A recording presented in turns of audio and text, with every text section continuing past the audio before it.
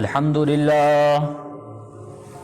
لله نحمده ونستعينه ونستغفره ونؤمن به ونتوكل عليه ونعوذ بالله من شرور أنفسنا ومن سيئات أعمالنا من يهده الله فلا مضل له ومن يضلله فلا هادي له ونشهد أن لا إله إلا الله وحده لا شريك له ونشهد أن محمدا عبده ورسوله وصلى الله عليه وعلى آله وأصحابه وسلم. قال الله تبارك وتعالى في القرآن المجيد: أعوذ بالله من الشيطان الرجيم بسم الله الرحمن الرحيم. كذلك العذاب والعذاب الآخرة أشد.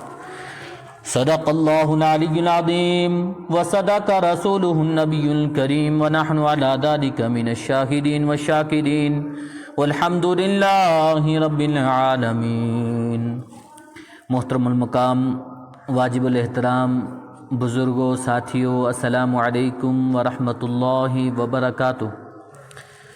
اللہ تبارک و تعالیٰ کا بے حد احسان، کرم اور فضل کہ جس اللہ نے ہم سب کو یہاں پر ایک مرتبہ پھر سے جمع فرمایا اور کچھ دیر دین کی غور و فکر کرنے کی توفیق اور سعادت نصیب فرمائی. اللہ رب العزت ہم سب کا یہاں پر بیٹھنا اپنی بارگاہ میں بے حد قبول فرمائے اور دنیا میں ہم سب کی ہدایت اور آخرت میں نجات کا ذریعہ بنائے. اللہ رب العزت نے انسان کو دنیا میں بھیجا اور ساتھ میں دو اختیار دیے. ایک اختیار تو یہ ہے کہ وہ اللہ کو مانے یا نہ مانے، یہ اس انسان کے اختیار میں ہے کہ وہ اللہ کو مانتا ہے یا نہیں. اور دوسرا اختیار ساتھ میں یہ دیا وہ نیک اعمال کرے یا برے اعمال کرے، یہ انسان کے اپنے اختیار میں ہے. اور ساتھ میں ایک دعوت یہ بھی چلی کہ شیطان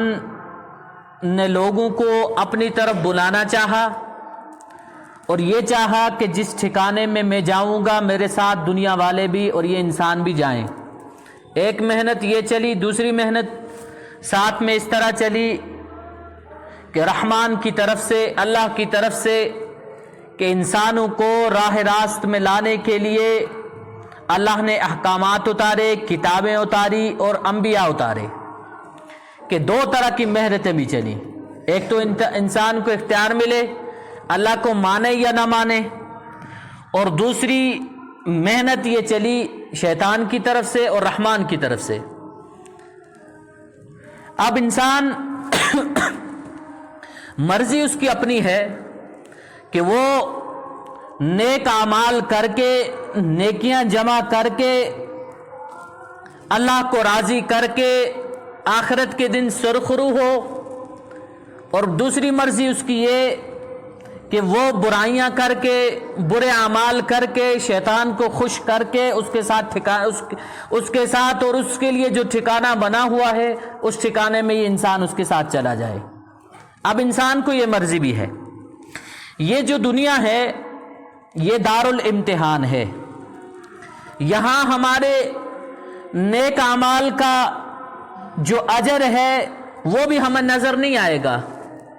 اور ہماری برائیوں، بدعمالیوں کا جو ہمیں جو سزا ملے گی وہ بھی دنیا میں ہمیں نظر بسا اوقات نہیں آئے گی. یہ دنیا دار الامتحان ہے کہ اللہ نے ان اعمال پر، نیکی ہو یا برائی ہو، نیکیاں ہو یا برائیاں ہو، ان اعمال پر جو جزا اور سزا کا جو ارادہ کیا ہے، جو وعدہ کیا ہے، وہ آخرت کے دن پر ہے کہ سامنے انسان کو نظر آئے گا کہ اس نے کون کون سی نیکیاں کی ہیں اور کون کون سی برائیاں اور بدعمالیاں اس نے کی ہیں، یا اپنے نام اعمال میں اس نے کیا ذخیرہ جمع کیا ہے. کہ پچھلے ایک جمعہ پر سورہ زلزال کا تذکرہ ہوا، اس کے بارے میں کہ اللہ رب العزت اس میں کیا فرما رہے ہیں. آخری دو آیات فَمَن يَعْمَلْ مِثْقَالَ ذَرَّةٍ خَيْرٍ يَرَهُ وَمَن يَعْمَلْ مِثْقَالَ ذَرَّةٍ شَرًّا يَرَهُ. کہ انسان کو اگر اس نے ذرا برابر بھی کوئی نیکی کی ہوگی کل اس کو پالے گا اور دیکھے گا، برائی کی ہوگی تب بھی دیکھے گا کہ یہ جو سزا اور جزا ہے، جب انسان کو اختیار ملے تو اللہ کو مان یا نہ مان، اور ساتھ میں یہ اختیار ملا تو نیکیاں کر یا برائیاں کر، اور اس بعد میں ایک محنت بھی چلی، اب اس کے اوپر اس کی اپنی مرضی ہے کہ میں ان اعمال کو کر کے جس کے بارے میں اللہ نے حکم دیا اور نبی اکرم صلی اللہ علیہ وسلم نے یا انبیاء کا جو طریقہ تھا ان اعمال کو کر کے میں اللہ کو راضی کرنے والا ہوں، یا شیطان کے راستے پر چل کر اس کو خوش کرنے والا ہوں۔ کہ اب دنیا میں ایک آدمی نیک اعمال کرتا ہے، ہرگز اس کو ان چیزوں کو سمجھنے کے بعد اس کو یہ نہ، اس کے دل میں یہ خیال نہ آئے کہ میں نیک اعمال کر رہا ہوں، اس نیکی کا اجر یا نیکی کا جو بدلہ ہے مجھے ملتا نہیں ہے، میں نیک اعمال کر رہا ہوں۔ اور وہیں پر ہرگز وہ شخص یہ نہ سمجھے کہ جو اپنی زندگی کو بدعمالیوں میں گزار رہا ہے، وہ یہ نہ سمجھے کہ اللہ کی مجھ پر پکڑ نہیں ہے یا اللہ مجھ پر پکڑ نہیں کر رہا، کہ یہ جو دو چیزیں ہیں، دنیا دار الامتحان ہے، کہ امتحان گاہ میں ایک بچہ جب بیٹھ جاتا ہے، استاد اس کے ارد گرد آ کر کے گھومتا ہے، دیکھتا ہے کہ یہ بچہ کیا لکھ رہا ہے، اگر وہ اچھا پیپر کر رہا ہے، اچھا پرچہ وہ لکھ رہا ہے، استاد کبھی اس کو یہ نہیں کہتا کہ تو اسی وقت کہ تو پاس ہو جائے گا، میں تجھے پاس کر دوں گا، تو اٹھ کر کے چلا جائے، تو اچھا پیپر کر رہا ہے۔ وہ اس انتظار میں استاد بھی بیٹھتا ہے کہ یہ پیپر جب مکمل لکھ لے گا، یہ پرچہ جب مکمل کر لے گا، یہ پرچہ میرے پاس آئے گا، میں چیک کروں گا، اگر صحیح ہوگا پاس کر دوں گا۔ دیکھنے کے باوجود بھی استاد اس کو خوشامد نہیں کرتا کہ تو پاس ہو جائے گا۔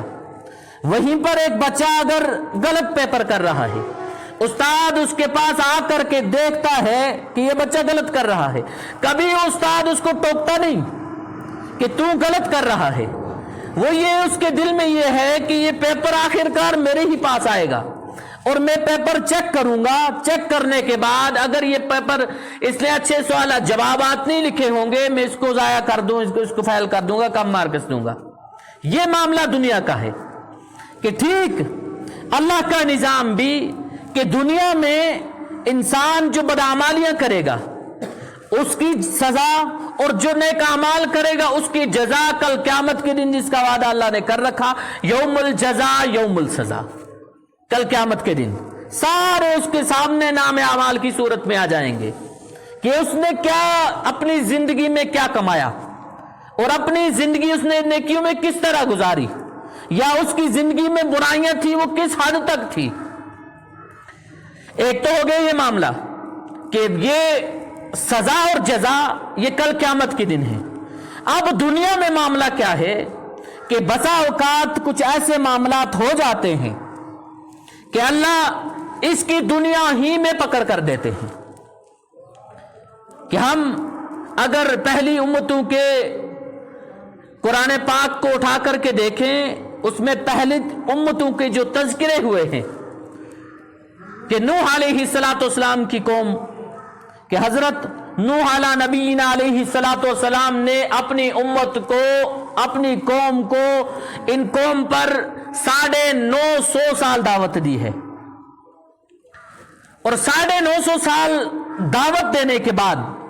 معاملہ ایسا کہ ان کو ٹس سے مس بھی نہیں ہوئی۔ اب اللہ کا معاملہ یہ کہ جب اتنی ڈھیل ان کو مل چکی ہے، اب ڈھیل کے بعد اب یہ راہ راست پر نہیں آتے، باز نہیں آتے، نشاندہی عذاب کی کر دی گئی کہ تم پر اب عذاب آئے گا۔ اور جب عذاب آیا کہ اللہ نے کھلے طور پر بتا دیا، جو تیری کشتی میں سوار ہوگا بچ جائے گا، جو سوار نہیں ہوگا غرق ہو جائے گا، برباد ہو جائے گا۔ اور اللہ نے اس امت کے ساتھ کر کے دکھایا کہ یہاں تک کہ حضرت نوح علیہ السلام کو حکم دے دیا گیا کہ آپ اپنی قوم کو عذاب میں گرفتار پائیں گے، یہ تڑپتے ہوں گے، یہ سیلاب میں ڈوب رہے ہوں گے، یہ آہوزاری کر رہے ہوں گے، اپنے آپ کو بچانے کے لیے آوازیں لگا رہے ہوں گے کہ آپ کو اب شفاعت کی اجازت نہیں ہے ان کے حق میں۔ حضرت نوح علیہ السلام کو صاف کہہ دیا گیا کہ اب ان کے حق میں آپ کو شفاعت کی، سفارش کی، ان کے حق میں کوئی مغفرت کی دعا کرنے کی آپ کو اجازت نہیں ہے۔ معاملہ یہ کہ اللہ نے فوری 950 سال دعوت کہ جب نہیں مانا اللہ نے پکڑ کر کے دکھائی، اور اللہ کا جو غصہ جب جوش پر آتا ہے اس سے بھی بڑھ کر معاملات ہوتے ہیں۔ ایک قوم گزری ہے جو کہا کرتی تھی من اشد منا قوہ، کہ ہم سے زیادہ کوئی طاقتور آیا ہی نہیں اور نہ آ سکتا ہے، اور طاقت کا ان کا معاملہ یہ تھا کہ پہاڑوں میں انہوں نے تراش کر کے اپنے محلات بنائے ہوئے تھے۔ اور آج بھی اگر دنیا کا سفر کرنے والے جو ادھر ادھر دنیا کے بعض ممالک میں سفر کرتے ہیں، ان جگہوں پر جا کر کے دیکھتے ہیں کہ اس زمانے کی عمارات، اس زمانے کے وہ ان کے بنائے ہوئے سٹرکچر آج تک موجود ہے، اور دنیا حیران رہتی ہے۔ اور بعض ممالکوں نے ان کو بچانے کے لیے، ان کو دکھانے کے لیے کہ ایسے لوگ بھی گزرے ہیں آج تک کہ ان کی حفاظت کر رہے ہیں، اور دنیا حیران رہ جاتی ہے کہ اس زمانے میں جب ٹیکنالوجی کا دور نہیں تھا کہ آخر کیسے لوگ ہوں گے کہ جنہوں نے پہاڑوں میں سوراخ کر کے پہاڑوں میں نوچ نوچ کر اپنے محلات بنائے ہوئے تھے، اور ماننا ان کا یہ تھا کہ ہم سے طاقتور کوئی ہے ہی نہیں۔ جب اللہ کی طرف سے پکڑ آئی، روایتوں میں آتا ہے عذاب اس طرح کا نازل ہوا کہ ہوا ایک ایسی چلی جو ہوا نیک لوگوں کے لیے آسانی اور راحت کا سبب تھی، اور برے لوگوں کے لیے، بدعمالیاں کرنے والے لوگوں کے لیے، اور اپنا وہ جو تکبر کرنے والے لوگوں کے لیے معاملہ ان کا یہ تھا کہ اس ہوا نے ان کو اٹھایا، اتنے طاقتور ہونے کے باوجود ہوا نے اٹھایا، ایک دوسرے کے ساتھ ٹکرا کر زمین پر ہلاک کر کے زمین پر بکھیر دیا۔ قوم سمود، حضرت صالح علیہ نبینا علیہ السلام کی قوم، کہ اللہ نے اونٹنی بھیجی کہ یہ مخلوق ہے اللہ کی طرف سے، اللہ کی نشانی ہے کہ اس کو کوئی نقصان نہ پہنچانا۔ روایتوں میں آتا ہے کہ انہوں نے باز نہیں آئے، مانا نہیں، اونٹنی کو ذبح کیا، کھا گئے، کہ اللہ نے عذاب ان پر مسلط کر دیا۔ قوم شعیب، کہ اس قوم کے بارے میں آتا ہے کہ اس میں ایک گناہ عام پایا جاتا تھا، ناپ تول میں کمی کیا کرتے تھے۔ جب شعیب علیہ السلام ان کو سمجھاتے تو ان کے ذہنوں میں یا ان کی زبان پر ایک ہی الفاظ آتا کہ اس نبی کو ہمارے ناپ تول اور لین دین سے کیا معاملہ ہے، یا آخر اس وجہ سے ہمیں کیوں ٹارچر کر رہا ہے، ہمیں کیوں پریشان کر رہا ہے۔ بار بار سمجھانے کے بعد جب باز نہیں آئے، روایتوں میں آتا ہے اللہ نے ان کو پکڑا کس طریقے سے کہ ایک چیخ، ایک زوردار چیخ، کہ جس کی وجہ سے ان کے کانوں سے ان کے کلیجے باہر نکل آئے۔ یہ قوم شعیب کہ ناپ تول کی کمی۔ قوم لوط کے بارے میں آتا ہے، یہ ایک بڑی سرکش قوم، اور ایک گناہ اس قوم میں پایا جاتا تھا کہ اپنی بیویوں کو چھوڑ کر کے جوان بچوں کے پیچھے، جوان لڑکوں کے پیچھے اپنی نفسانی خواہشات پورے کرتے تھے، جس کو لواطت کہا جاتا ہے، کہ یہ اپنی نفسانی خواہشات بچوں کے، جوان لڑکوں کے ذریعے پوری کیا کرتے تھے۔ اب ان کو بار بار سمجھایا جاتا کہ باز آ جاؤ، تمہارے لیے تمہاری نفسانی خواہشات پوری کرنے کے لیے اللہ نے تمہاری بیویاں بنائی ہوئی ہیں، وہ تمہارے لیے حلال کی گئی ہیں، یہ جو کام تم کر رہے ہو یہ سراسر حرام ہے اور اللہ سے بغاوت ہے۔ روایتوں میں آتا ہے جب باز نہیں آیا اللہ نے پتھروں کی بارش کر دی، اور یہاں تک کہ حضرت جبرائیل علیہ السلام کو حکم دیا گیا کہ اس بستی کو اٹھاؤ۔ جبرائیل علیہ السلام نے اس زمین کے اس ٹکڑے کو جس پر وہ بستی آباد ہے کہ اس کو اٹھایا، آسمان تک لے جا کر زمین پر پلٹ دیا، کہ آج بھی اس کے نشانات باقی ہیں۔ جس جگہ پر یہ قوم لوط یہ الٹی پلٹ دی گئی ہے. اس جگہ پر ان کے اوپر ایک آج بھی ایک تالاب ہے جس کو ڈیڈ سی کہا جاتا ہے, بحر مردار کہا جاتا ہے, جس میں آج تک کوئی انسان, کوئی جاندار چیز باقی نہیں رہتی, زندہ نہیں رہ سکتی. وہاں اس کے آس پاس بھی کوئی جاندار چیز زندہ نہیں رہتی. کہ یہ معاملات کہ جب اللہ کا غصہ, ایک تو یہ ہے کہ اللہ نے جزا اور سزا قیامت کے دن کے لیے رکھی ہوئی ہے کہ کل قیامت کے دن تمہارے اعمال کا بدلہ تمہیں دیا جائے گا, تمہاری برائیوں کی سزا تمہیں دی جائے گی. ایک تو یہ کہ کل قیامت کے دن معاملہ پیش آئے گا. اور جب اللہ کا غصہ جوش میں آتا ہے, اللہ دنیا میں پکڑ کر کے دکھاتا ہے, اور پکڑ بھی اس طریقے کی ہوتی ہے, اللہ قیامت تک کے لیے اس قوم کو عبرت کا نشان بنا دیتے ہیں. کہ ہم ہرگز نہ یہ سمجھے کہ ہم اللہ کو ناراض کرنے والے کام کرتے ہیں پھر بھی ہمیں ہم پر پکڑ نہیں آتی, کوئی ہم پر گرفت نہیں ہوتی. یہ ہرگز ہم اس غلط فہمی میں نہ رہیں کہ ہمیں اسی طرح چھوٹ دی جاتی رہے گی. حضرت عبداللہ بن عمر رضی اللہ تعالی عنہ کہ ان کے بارے میں آتا ہے, ابن ماجہ میں روایت ہے, یہ راوی ہیں, فرماتے ہیں کہ اللہ کے نبی صلی اللہ علیہ وسلم نے فرمایا, جس کا مفہوم و خلاصہ 5 کا بدلہ 5 کے ذریعے سے ملے گا, 5 چیزوں کا بدلہ 5 چیزوں سے دیا جائے گا. فرمایا کہ سب سے پہلی چیز جو آج سے 1450 سال پہلے نبی اکرم صلی اللہ علیہ وسلم نے فرمائی, جب امت محمدیہ میں پہلی جو چیز بتائی کہ جب امت محمدیہ میں ناپ تول کی کمی آ جائے گی, کہ سب سے پہلی جو چیز بتائی, فرمایا اللہ کے نبی صلی اللہ علیہ وسلم نے کہ جب امت محمدیہ میں بے حیائی, عریانیت اور فحاشی عام ہو جائے گی, اس کا نتیجہ کیا ہوگا, اس پر ان کو جو ملے گا وہ کیا ہے. اللہ کے نبی صلی اللہ علیہ وسلم نے فرمایا کہ اس کو نت نئے طریقے کی بیماریاں اللہ مسلط کر دیں گے. کہ جب امت محمدیہ فحاشی اور بے حیائی کہ ان میں عام ہو جائے گی, عریانیت ان میں عام ہو جائے گی, بے حیائی اور فحاشی کو فیشن کا نام دے کر کے معاشرے میں لاگو کیا جائے گا, کہ اس پر پکڑ کیا ہوگی, نتیجہ کیا نکلے گا کہ اللہ رب العزت ان کو نت نئی بیماریوں میں مبتلا کر دیں گے. لہذا آج کے حالات اگر ہم دیکھیں کہ آج ایسی نئی بیماریاں آ چکی ہیں کہ جن بیماریوں کا عام لوگوں کو کوئی تصور تو ہے ہی نہیں, یہاں تک کہ ڈاکٹروں کو بھی کوئی تصور نہیں ہے. ایک عرصہ گزرا ہے کہ ہم سمجھتے تھے کہ کینسر, اللہ سب کی حفاظت فرمائے, اللہ تمام بیماروں کو جو اس میں مبتلا ہیں اللہ ان کی بھی حفاظت فرمائے, شفائے عاجلہ دائمہ مستمرہ نصیب فرمائے. کہ ہم سمجھتے تھے کہ یہ سب سے بڑی بیماری ہے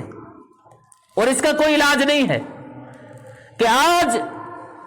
ڈاکٹر کئی ایسی بیماریاں ان کے سامنے آتی ہیں کہ وہ ان بیماریوں کا معائنہ کرنے کے بعد پریشان ہو جاتے ہیں کہ ہم اس کا علاج کہاں سے ڈھونڈیں.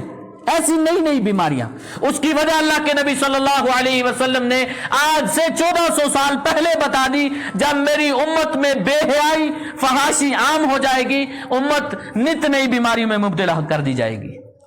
یہ اللہ کی طرف سے پکڑ ہے کہ آج کے ہمارے معاشرے میں کہ آج حالات ایسے ہو چکے ہیں شادی بیاہوں میں کہ فحاشی, عریانیت, یہ بے حیائی پھیلائی جاتی ہے. اور اس طرح ایک ڈیجیٹل جو آج ایک ہمارے پاس سورسز ہیں کہ ان کے ذریعے سے آج یہ بے حیائی کو پھیلانا یہ کوئی عام بات نہیں ہے, اور یہ وہ بات نہیں ہے جس کو آپ اور میں سمجھ نہ سکیں. کہ حیا ایمان کا ایک شعبہ ہے اور حیا اللہ کو پسند ہے,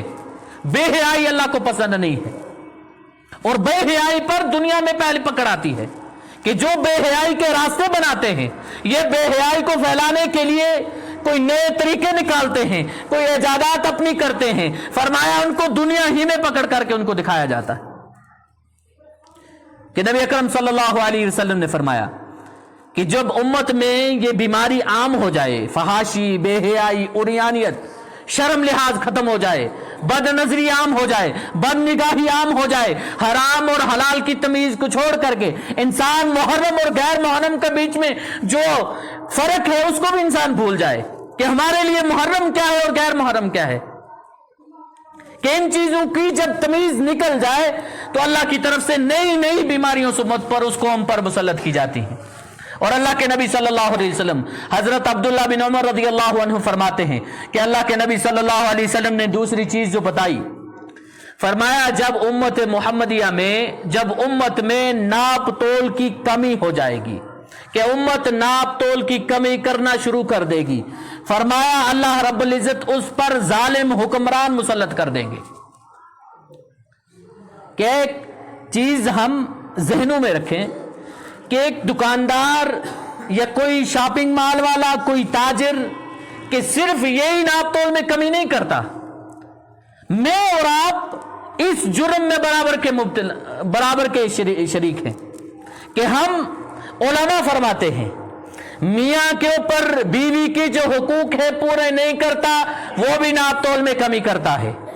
بیوی کے اوپر جو شوہر کے حقوق ہیں وہ پورے نہیں کرتی، فرمایا یہ بھی ناپ تول میں کمی کر رہے ہیں، والدین کے اوپر بچوں کے جو حقوق ہیں پورے نہیں کیے جاتے، فرمایا یہاں پر بھی ناپ تول میں کمی ہے، اور بچوں کے اوپر والدین کے جو حقوق ہیں یہ اگر پورے نہیں ہوتے، فرمایا یہ بھی ناپ تول میں کمی ہے، کہ ہم ڈپلیکیٹ کو اوریجنل کہہ کر کے کسی کو دینا، صرف اسی کو ناپ تول میں کمی کہتے ہیں، اوپر ایک لیئر اچھے سیب کی بچھا کر نیچے سڑے گلے سیب پہنچا دینا وپاریوں کے پاس، صرف ہم سمجھتے یہی ناپ تول میں کمی ہے، اور حالات ان گناہوں کے بعد، اس جرم عظیم کے بعد ایسے ہو جاتے ہیں، اللہ ظالم حکمرانوں کو ان کے اوپر مسلط کر دیتے ہیں۔ اور ظالم حکمران کیسے؟ جن کے اندر یہ تہذیب یا یہ چیز، یہ سوچ ختم ہو جاتی ہے، ختم ہے کہ مسلمانوں کو برابر کے حقوق حاصل ہیں، دنیا میں مسلمانوں کو رہنے کا حق حاصل ہے، مسلمانوں کو معاشرے میں جینے کا حق حاصل ہے، کہ یہ ظالم حکمران، کہ ان کو مسلمانوں کی تڑپن، مسلمانوں کا درد، مسلمانوں کی قربانیاں نظر ہی نہیں آتی۔ کیسے ظالم حکمران جن کو ہماری داڑھی سے کوئی لینا دینا نہیں، جن کو ہماری پگڑی سے کوئی لینا دینا نہیں، جن کو ہماری مسجدوں سے کوئی لینا دینا نہیں، جب مرضی آئے مسجد پر بلڈوزر چلا دیا، کہ جب مرضی آئے ہماری قبرستانوں پر قبضہ کر لیا، کیسے حالات پیدا ہو جاتے ہیں۔ اور آج کے اس معاشرے میں، ان معاملات میں، اس حالات میں، اس دور میں ہم دیکھیں کہ ایسے حالات آ چکے ہیں کہ ہم پر ظالم حکمران مسلط ہیں، جو جب چاہیں جو چاہیں کر دیں، ہمیں یہ حق بھی حاصل نہیں ہم آواز کھڑی کریں، آواز اٹھائیں۔ اور حالات ایسے کہ مسلمان رو رو کر کے اپنی دہائیاں دے رہا ہے کہ ہمیں بھی حق حاصل ہے دنیا میں رہنے کا۔ اس کی وجہ نبی اکرم صلی اللہ علیہ وسلم نے آج سے 1400 سال پہلے بتا دی، جب مسلمانوں میں، امت محمدیہ میں ناپ تول کی کمی آ جائے، ناپ تول میں کمی آ جائے، حالات ایسے ہوں گے ظالم حکمران مسلط کر دیے جائیں گے۔ اور ہم ہرگز یہ نہ سمجھے کہ ہمارے معاملات، کہ جو ہم حالات ہم معاملات پیش آ رہے ہیں، ہم جو معاملات کر رہے ہیں، اس کی خبر دوسرے کان کو نہیں پہنچتی، کہ ہم چھپ کر کے اوریجنل کو، کاپی کو، ہم ڈپلیکیٹ کاپی کو اوریجنل بنا دیتے ہیں، ہم چھپ کر کے کہ ہم پیٹیاں بھرتے ہیں، اس میں ہمارے معاملات کیسے ہیں، فروٹ کو لے کر کے، بہت ساری چیزوں کو لے کر کے، کہ ہم سمجھتے ہیں یہ دوسرے کان کو خبر تک نہیں پہنچے گی۔ جس نے ہماری یہ ذہنیں، جس نے ہمارے یہ دماغ بنائے، کہ جو دماغ ہمارے اتنے دور تک سوچتے ہیں کہ ہمیں کوئی نظر رکھتا ہی نہیں ہے، ہم پر کوئی کیمرہ ہے ہی نہیں، کوئی دیکھنے والا ہے ہی نہیں، یہ دماغ بنانے والا ہمارے دلوں کے بھیدوں کو بھی جانتا ہے،